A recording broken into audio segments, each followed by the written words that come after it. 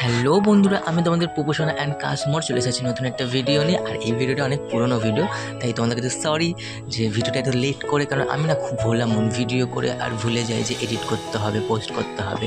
তো আজ আমি ভিডিওটা আজকে শিবরাত্রির ভিডিও। তো আজকে আমি প্রায় 2 তারিখ হয়ে গেছে, শিবরাত্রি চলে গিয়ে মার্চ মাসের 2 তারিখ হয়ে গেছে, আমি ভিডিও এখন এডিট করতে বসেছি। তো যাই হোক, প্লিজ পারলে ক্ষমা করে দিও, আর সময় মতো ভিডিও ছাড়তে পারিনি সেই জন্য সবাই ক্ষমা করে দিও। তো চলো ইন্ট্রোটা দিয়ে দিই। হ্যালো বন্ধুরা, আমি তোমাদের প্রপোশনা অ্যান্ড কাস্টমার চলে এসেছি নতুন একটা ভিডিও নিয়ে। আজ হচ্ছে শিবরাত্রির ব্লগ, আর শুধু শিবরাত্রির ব্লগ না, আজকে হচ্ছে আমার বরের বার্থডে ব্লগ।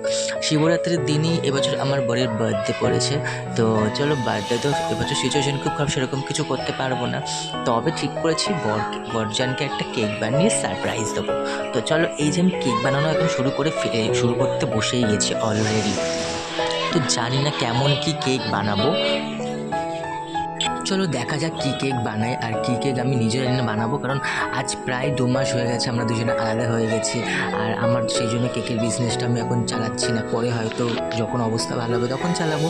আর এখন তাই কেক বানানো হয়তো অনেকটা আবার হাত থেকে বেরিয়ে গেছে, মানে ডিজাইন কী করবো না করবো মাথায় নেই। যাই হোক, এখন আমি সব কিছু মিক্স করে এখন এই কড়ার মধ্যে বসিয়ে দিয়েছি। আর আমার এই কেকটা কিন্তু প্রায় আমি 50 মিনিট মতো না 1 ঘন্টা মতো পর আমি বের করেছিলাম। আর এটা কিন্তু প্রায় 3 পাউন্ডের কেক, ঠিক আছে। তো চলো, এই যে দেখো আমার কেক হয়ে গেছে, আর আমি এখানে রেডি করতে বসে গেছি। আর এইটা আমি আমার একজন মানে কাজিনের বাড়িতে, আমার ফ্যামিলি মেম্বারের একজনের বাড়িতে আমি বানাচ্ছি, কারণ আমার ঘরে তো এখন ফ্রিজ নেই।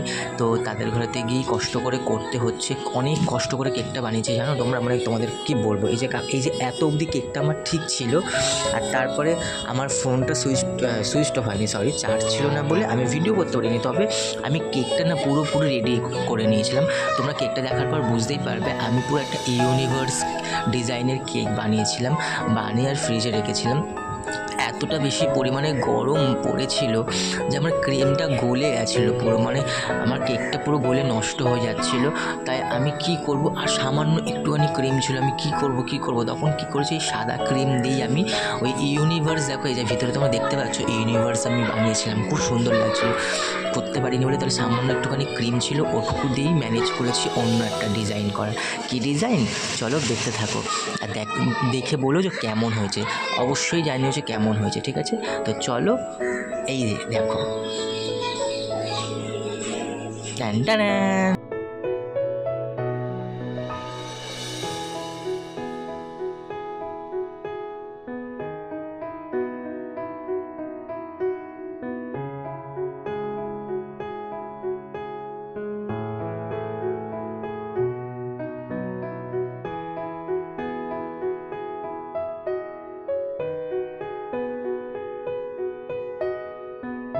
আর এই ক্রিমটা করার পরও আমার দেখো ক্রিম গলে যাচ্ছে, মানে তোমরা জিফটা আছে, জিফটা দেখো, দেখলে বুঝতেই পারবে যে ক্রিমটা গলে কতটা নিজে থেকে গড়িয়ে আসছে, মানে এতটা পরিমাণে ক্রিম গলে আছে, এতটা পরিমাণে শিবরাত্রির দিন গরম ছিল।